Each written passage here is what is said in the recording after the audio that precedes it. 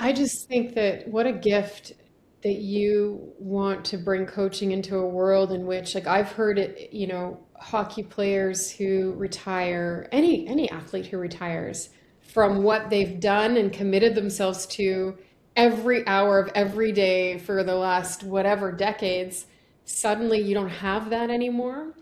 That is can be devastating to a lot of athletes. And what you're, so I guess I wonder, what's the level of openness to coaching from an athlete who's transitioning out of their career? What's the what are the roadblocks that you might be facing, or any resistance, if any? Yeah.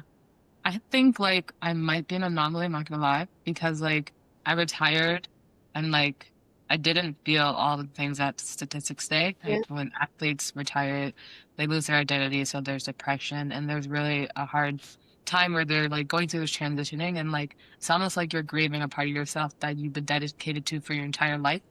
And like most people can't really get out of that hole.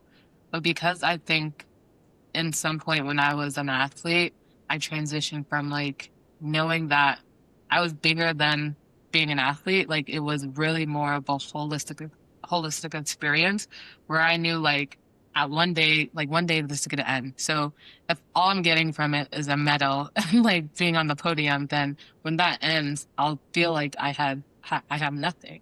So to me, like while I was in the process of like being an athlete, I was like, no, like, what can I get from basketball? Also, what can I give?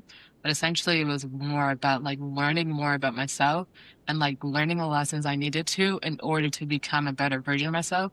That when it all ended, because it does at some point, that when it did end, I still had the tools and like all of the life skills that I learned through like basketball that can transition to any part of life.